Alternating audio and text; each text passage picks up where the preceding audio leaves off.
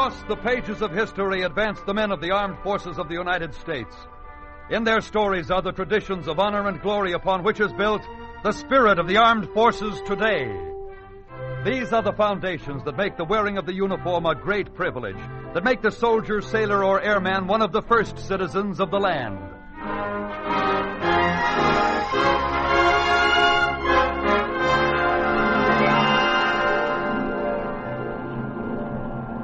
The Armed Forces Radio Service, the voice of information and education, presents Bombs Away!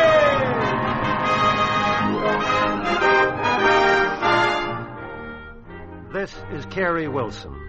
To many an American during the last war, the heavy bombers of the Air Forces were the miracle weapons of the century. Their matchless punishment of enemy targets awed the man on the ground. Amazed at the hitting power of the 29s, 17s, and 24s, laymen viewed the big bombers as a heaven-sent wartime development. Airmen knew better.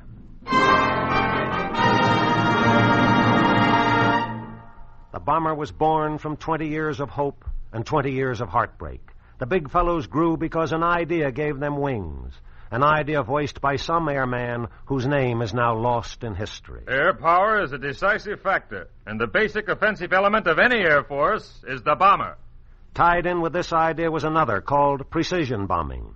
The big bomber was in the minds of many airmen more than 30 years ago, before the end of the First World War.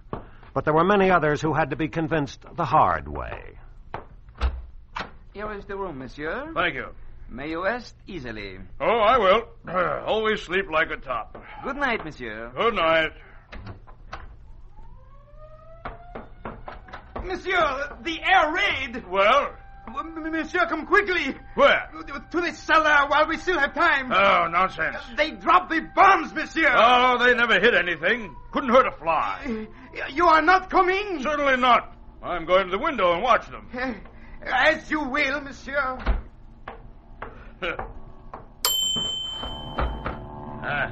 Airplanes. Bombs. Ha!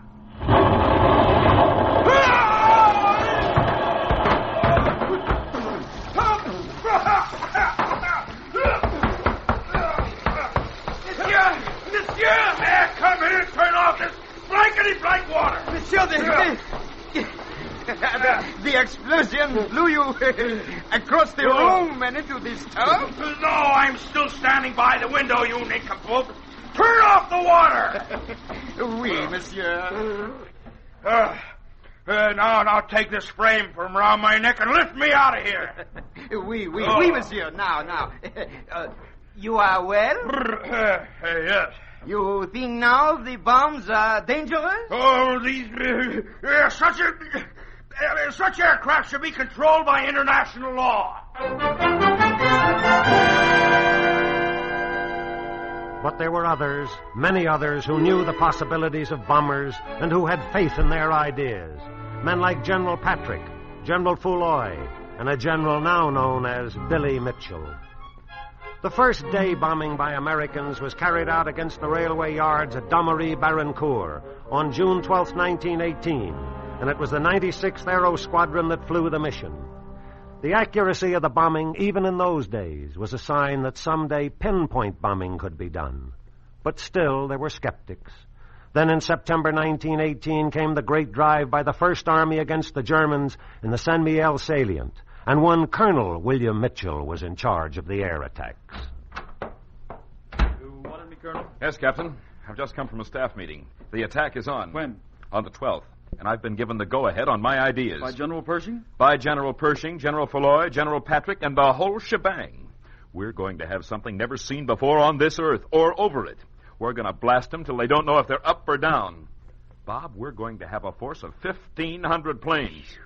Over 700 pursuit planes, 366 observation planes, 323 day bombers, and 91 night bombers. Well, where are we going to get them all? I've contacted the French, the English, the Italians, and the Portuguese. They're all coming in under our command. How many men? Prepare for 30,000. Boy, this is taking on the aspect of a real Air Force. I only wish I had more bombers. Bob, have you ever heard of Genghis Khan? He revolutionized warfare in his day. While his men engaged the heavy armored infantry, his horsemen struck from the rear. We're going to carry out the same plan. The ground troops will strike on the right, then on the left, And when the situation develops, we'll blast them from behind. Blast them with 1,500 planes. And when I say blast, I mean blast.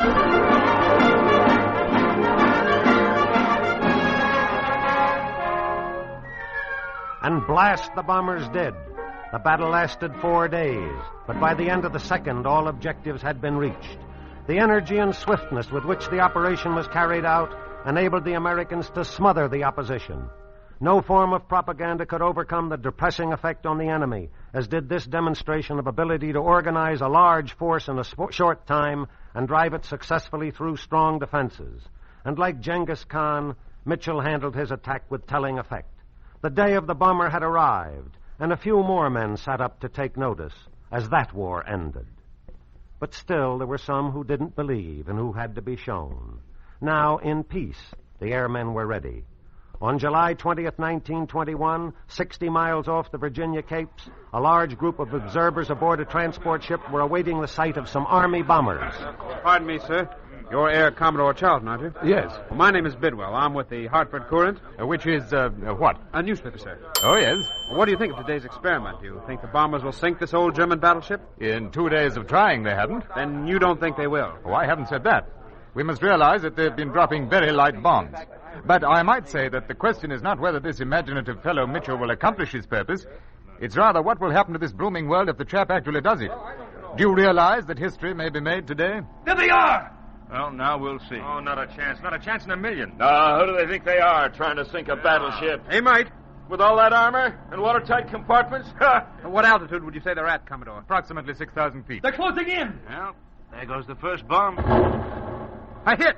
That was no 100-pound bomb, gentlemen. More like 2,000. Where did it hit? I can't see. Missed! Well, they were lucky the first time. Almost hit it that time. Right alongside. Look. Look. It's listing. Bless my soul. It's... I think it's going to sink. It's done for. Well, It'll be under in another few minutes. And in those few minutes, gentlemen, times will have changed. Very great experiment.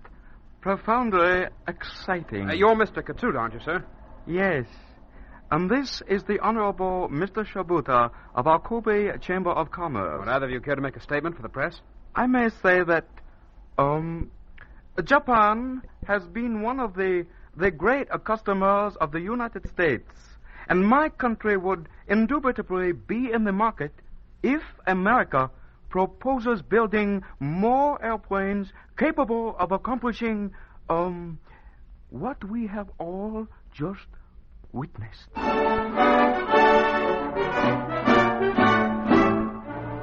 Across the nation, men's heads turned quickly at the news. Thoughtful frowns appeared on their brows as they read the papers. And young boys invented elaborate pantomimes to portray the zoom of a plane and the boom of the bomb. The airmen knew they had their dream in their grasp, but they knew, too, it was far from perfect. They experimented, they built, and they flew. The first real attempt came with the Barling bomber, a 6-engine plane designed for an 11-man crew. But there was something wrong. No. The design is wrong. The engines are too heavy. They wanted a monoplane. They wanted better visibility and firepower. They wanted range. And along came the Gallaudet bomber, a low-wing monoplane with a single engine. But that, too, was condemned. I'm telling you, two things are wrong. Poor materials. The wings are built of sticks, wire, and tape. And the engine is too heavy. No, it won't do. In 1925, the pilots at Dayton, Ohio, tested a biplane with a 66-foot wingspan, the Keystone bomber. But the pilots said... No. What about an emergency? There should be more than one engine, and more powerful engines, please. Then in 1929 came the Curtiss Condor. But it didn't excite the men who had bigger ideas and far-reaching vision. It didn't excite the former chief of the Air Corps, General Mason M. Patrick. We want something practical. We do not want larger or strategic or night bombers. We want a bomber that is a bomber.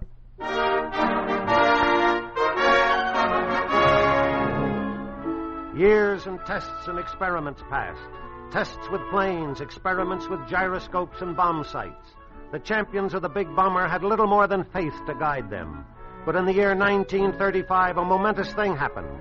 Model 299 rolled out of hiding at Seattle, Washington, took off, and headed east for Wright Field, Ohio.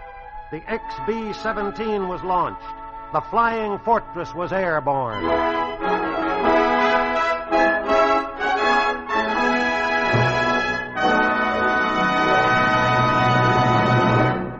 It was flown and strained and pulled apart, but it stood up under every test. The airmen had their plane. Along with it came the Liberator, the B-24, and together they girdled the globe. First it was over Europe, where the English were trying them out. I'm very sorry, but neither daylight bombing nor these flying fortresses will hold up. We've tried them over France and were almost blown from the sky, and we did no damage. The armament isn't enough to withstand attack. The armor isn't enough to withstand shrapnel, and the bomb load is too small. But the American airmen had faith in their ship. And one, General Eaker, later to lead the 8th Air Force, voiced his faith. If the armament isn't enough, we'll add more guns. We'll make them 50 caliber instead of 30. If the armor isn't enough, we'll add to it. But as for the bomb load, we must realize that the English used the 17s the wrong way. They aren't used to them. They flew them separately. These planes are made for pinpoint pattern bombing. If we were in this war, I'd show them how to use them. It wasn't long before the general had his chance. Again, war came. The Japanese showed us how to use air power at Pearl Harbor. And on the 17th of August, 1942, near the little town of Grafton Underwood in England, General Spots and several anxious men stood waiting in the control tower for the return of some 18 bombers. Should be across the channel by now, sir. Can we contact them? No, sir. They are maintaining air silence. General Spots. They're coming in. Where? Wait a minute. There, sir. Over there, over those streets, see? 2, 3, 4, 5, 6. And 6 more. Where are the others? There, sir. Over there. 2, 4, 6. All back by Christopher. All safe. Sergeant, get me a jeep. We're going out to meet that lead plane.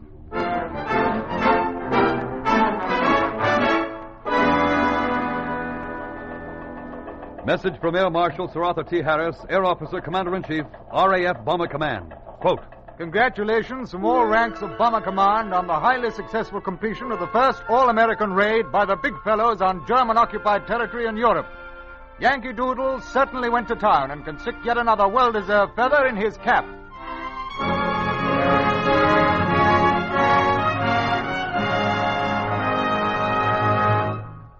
So they had found themselves.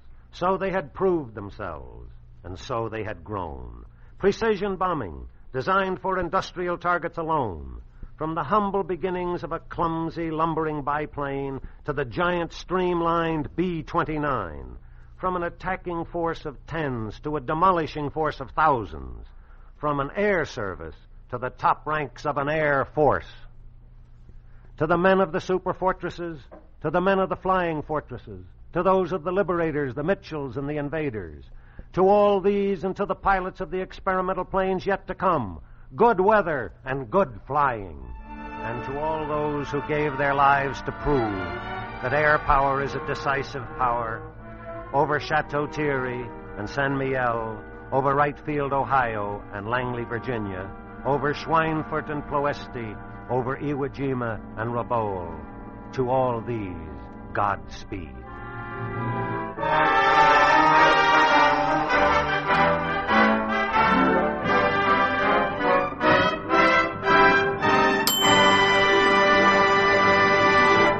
Bombs Away, with Kerry Wilson as your narrator, was written and produced by Stephen R. Callahan. In the cast with Kerry Wilson were Doss Butler, Frank Gerstle, Lee Johnstone, Jack Crucian, Tom McKee, Bud Whittam, and Ben Wright. The original score was written by Michel Michelet, and the orchestra was under the direction of Michel Perrier. This is Howard Culver speaking.